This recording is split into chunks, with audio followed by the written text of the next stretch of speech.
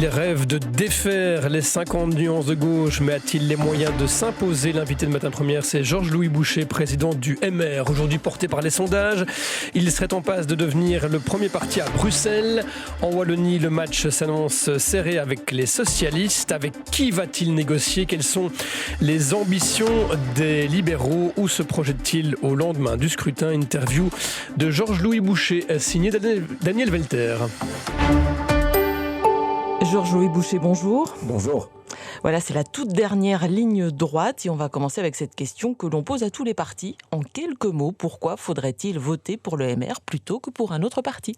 C'est très simple, il faut voter pour le MR parce que le MR veut au moins 500 € de différence entre celui qui ne travaille pas et celui qui travaille pour remettre le travail au cœur de la société, mais c'est aussi le travail à l'école, c'est aussi le travail dans la société pour faire société et donc oui, c'est de remettre une société qui est plus juste en la matière, qui récompense l'effort et enfin qui sanctionne celles et ceux qui ne respectent pas les règles avec une justice pénale beaucoup plus stricte, que ça soit dans les décisions mais surtout dans leurs applications. Alors avant d'aborder vos priorités, une question sur votre style. Un pied dedans, un pied dehors. Vous participez au gouvernement fédéral, à la région wallonne, à la fédération, vous êtes dedans et pourtant vous n'arrêtez pas de critiquer de l'extérieur. C'est quoi votre stratégie? Mais je n'ai jamais critiqué de l'extérieur. En fait, quand un accord a été pris, le mouvement réformateur l'a toujours respecté, ce qui n'a pas été le cas du Parti socialiste, puisque sur de nombreux dossiers, nous avons dû renégocier 4 à 5 fois des accords. Ça a été le cas, par exemple, sur la loi anti-casseurs, sur la vaccination des soignants. Donc très souvent, le PS est revenu en arrière. Moi, ce que j'ai fait, c'est l'inverse. C'est que avant que l'accord soit arrêté, j'ai tout fait pour défendre au mieux les intérêts du projet libéral que je suis censé incarner. Donc on peut pas me reprocher d'avoir simplement été au service du mandat qui m'a été confié. Est-ce que ça ne déstabilise pas jusqu'à vos propres troupes?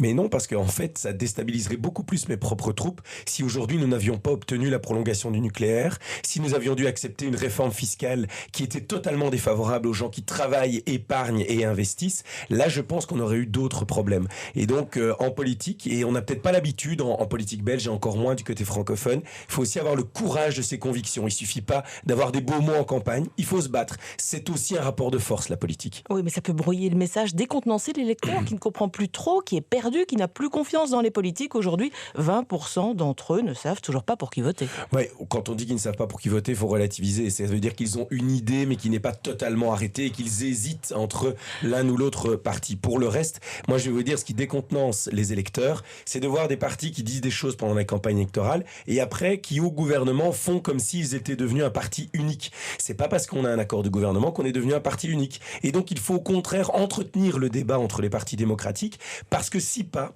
on envoie le signal qu'il n'y aurait que les populistes comme alternative. Justement, en empêchant cela, eh bien on le voit cette fois-ci en Belgique francophone, il y a moins de listes de droite radicale, de droite extrême, parce que la droite s'assume. Quand la droite s'assume, il n'y a pas d'extrême droite, même chose pour la gauche. Alors la campagne touche à sa fin, avec des propos très polémiques, et cette petite phrase de Pierre-Yves Johollet, ministre-président de la Fédération Wallonie-Bruxelles, « Et si ça ne vous plaît pas, vous n'êtes pas obligé de rester dans ce pays ». Est-ce qu'il ne devait quand même pas s'excuser? Maintenant, on est 3-4 jours après. Pas du tout, parce que je peux vous dire que cette phrase, je l'utilise extrêmement souvent dans des débats, dans les universités, dans les écoles. Quand on me critique, par exemple, la société libérale, la démocratie libérale, je dis souvent aux gens, mais si la démocratie libérale, l'économie de marché, le modèle capitaliste ne vous plaît pas, il y a 150 pays dans le monde qui n'acceptent pas ces principes, qui ne les appliquent pas. Mais ce sont des pays en général où le niveau de vie est beaucoup plus faible, où il y a beaucoup plus de problèmes sur le plan économique, sur le plan du bien-être, sur le plan politique. Et donc elle ne s'adressait pas, et ça c'est le plus important, elle ne s'adressait pas au député M. Boukili, elle était une phrase générale qui après a été tirée en épingle pour un petit jeu politicien. Mais si le PTB avait fait la même remarque à un de vos candidats nés à l'étranger, vous auriez réagi de la même façon? Mais écoutez, à partir du moment où la phrase est générale, que l'on soit belge ou non, si on ne souhaite pas appliquer les principes de fonctionnement de notre pays, effectivement, personne n'est contraint d'y rester. Ça, c'est un fait. Mais aujourd'hui, on voit une chose, et en particulier à Bruxelles, c'est le développement d'une campagne communautaire qui est crapuleuse. On reçoit des attaques permanentes avec des mensonges. On ne joue plus que sur des questions religieuses. Aujourd'hui, j'ai encore vu défiler un visuel d'un soi-disant collectif musulman citoyen qui appelle à soutenir Ahmed Laouej. Ce collectif, j'ai cherché, il n'existe pas. Il est créé sur l'occasion. Et alors, il donne 4 raisons de voter pour le PS. 3 raisons qui sont liées de près ou de loin à la religion et une 4e raison qui, en fait, est liée aux allocations sociales. Est-ce que c'est ça le respect qu'ont les partis de gauche pour le public issu de la diversité, pour nos concitoyens issus de la diversité, c'est-à-dire des allocs et des questions religieuses? C'est pas notre conception. Pour nous, quand vous êtes un musulman en Belgique, vous avez les mêmes problèmes qu'un catholique, qu'un juif ou qu'un athée ou un laïc. Eh bien, vous avez des problèmes d'emploi, de logement, de mobilité. C'est là-dessus qu'on doit se concentrer. À Bruxelles précisément, et on y vient, la campagne, vous le dites, elle est devenue très identitaire. On y parle beaucoup, c'est vrai, abattage rituel, signe convictionnel et beaucoup de Gaza. Mais certains de vos candidats ont préféré renoncer car ils ne se retrouvaient pas dans vos discours. Ils trouvaient que vous en changiez de trop. Vous vous positionnez comment, par exemple, sur le conflit israélo-palestinien? Je ne sais pas quand est-ce qu'on a changé de discours, puisque nous sommes les seuls à avoir gardé le même discours du début à la fin. Vous ne vous adaptez pas au public. On ne s'adapte pas au public. On a été très clair sur le conflit israélo-palestinien. On a été très clair sur le voile. On a été très clair sur l'abattage rituel. D'ailleurs, si on avait été moins clair, on aurait peut-être eu moins de difficultés avec certains, mais nous avons des lignes qui sont des principes justes. Et sur le conflit israélo-palestinien, notre ligne est très connue maintenant. Elle est celle de la diplomatie belge. Nous souhaitons la reconnaissance de l'État palestinien. 2 États qui vivent l'un à côté de l'autre de façon pacifique. Mais aujourd'hui, nous souhaitons une reconnaissance qui porte de vrais effets. Si on le faisait maintenant, ça n'aurait qu'un effet symbolique et ça empêcherait la Belgique de jouer un rôle de paix, puisque si on veut jouer un rôle de paix, il faut pouvoir parler aux 2 parties. Et la Ligue arabe, j'insiste là-dessus, a un rôle majeur à jouer. Si la Ligue arabe ne permet pas l'administration du territoire, la mise en œuvre d'une administration, une transition vers des élections démocratiques en Palestine, il n'y aura pas de solution de paix. Et donc aujourd'hui, chacun doit prendre ses responsabilités à son niveau. Mais Gaza qui s'invite dans la campagne, surtout depuis plusieurs semaines même, encore plus ces derniers jours, elle pourrait vous coûter quelques voix ici dans la capitale, alors que vous rêvez finalement de revenir au pouvoir à Bruxelles après 20 ans d'opposition. Écoutez, je vais vous dire 2 choses. Ceux qui s'agitent sur des barrières nadar, ici à Bruxelles, en agitant un drapeau palestinien, est-ce qu'il y en a un qui peut penser qu'ils agissent dans le sens de la paix? En fait, ils n'amènent pas la paix là-bas, ils amènent la haine ici, et en fait, ce qui les intéresse, c'est d'obtenir des votes.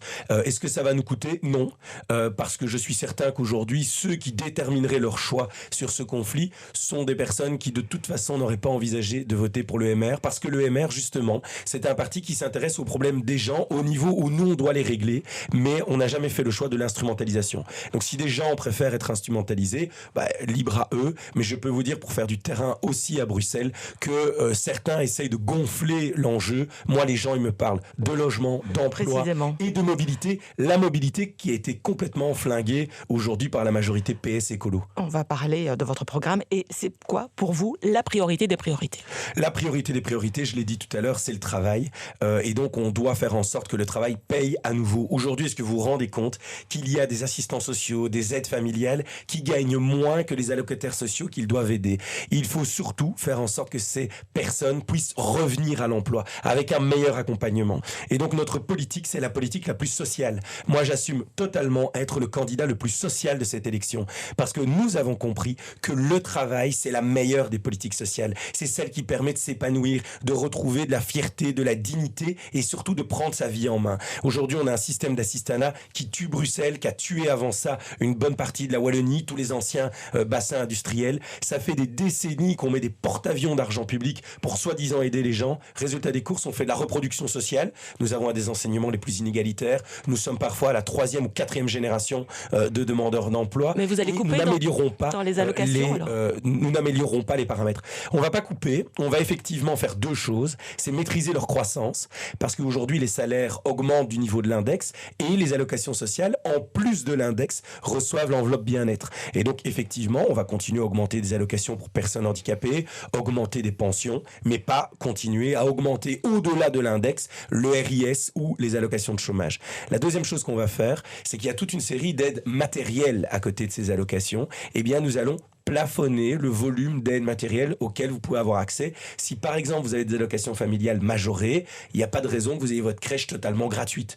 Il n'y a pas de raison non plus si vous avez un logement social, que vous ne payez pas une partie de votre bus. Et donc, à un moment donné, vous ne pourrez pas additionner toutes les aides, parce qu'aujourd'hui, vous avez des gens qui ont des allocations sociales, et si on y additionne toutes les aides, eh bien, ils se retrouvent dans une meilleure situation que la plupart des travailleurs qui les entourent. Alors, vous aimez clasher, mais à un moment, il faudra quand même bien négocier. Alors, où vont vos préférences? Un axe centre-droit à la région wallonne? Oh, j'aime pas plus que ça clasher, vous savez, je dis juste... En fait, c'est un peu particulier, c'est que on est dans une démocratie, et on se plaint presque des effets de la démocratie. Vous savez, en Russie, il n'y a pas de politique qui clash. Au Venezuela non plus. En Chine, pas plus. Parce que là, tout le monde doit être d'accord. Alors, dans une démocratie, il y a des projets différents. Et c'est vrai que la seule alternative, c'est le MR. Alors, avec qui on peut s'entendre? Je pense qu'aujourd'hui, on est beaucoup moins isolé que les écolos, par exemple. Puisque nous, on peut parler avec l'OpenVLD, notre parti frère. Nous avons déjà annoncé une volonté de travailler ensemble avec le CDNV. On voit qu'il y a des ouvertures du côté des engagés, de défis avec lesquels on partage des points. La NVA également, parce que qu'on aime ou qu'on n'aime pas la NVA, à un moment, il faut respecter le résultat des élections. Avec le Belingue, qu'on veut absolument éviter et qu'on évitera, quoi qu'il arrive. Même chose avec le PTB. On ne peut pas non plus exclure le deuxième parti flamand. Alors, dans ce cas, quand je regarde du côté d'écolo, parfois, je me demande même si le PS veut encore réellement travailler avec eux quand on voit l'ambiance sur Good Move, par exemple, à Bruxelles. Et vous, avec le PS, il n'y a pas de problème? Écoutez, moi, je ne fais aucune exclusive à l'égard de partis démocratiques parce que je viens de le dire, la position du PTB et du Belingue rend déjà le jeu très compliqué. Mais il est évident que si je peux faire un gouvernement le plus centre-droit possible, eh bien, nous le ferons. Mais notre première priorité, c'est de prendre nos responsabilités pour que le pays fonctionne. Et nous estimons que si le MR est première formation politique francophone, ça sera déjà un grand changement, quels que soient les partenaires. Vous dites une alliance avec Bart De Wever, c'est votre souhait. C'est quelqu'un qui vous nie, finalement, vous n'avez aucun contact avec lui? J'ai pas dit que c'était mon souhait. Je dis deux choses. Je dis qu'il y a le résultat des élections en Flandre. Et donc, à partir du moment où la NVA est le premier parti démocratique, c'est quand même compliqué de dire aux Flamands pour la deuxième fois consécutive que finalement, on va commencer la formation du gouvernement en troisième parti. Ça commence quand même à faire beaucoup. Et le deuxième élément, c'est que son programme socio-économique et le mien sont très proches sur le plan socio-économique. Alors sur la question de savoir s'il me nie ou pas, vous savez, je sais qu'il n'a pas beaucoup de contact avec grand monde. Et moi, je ne suis pas...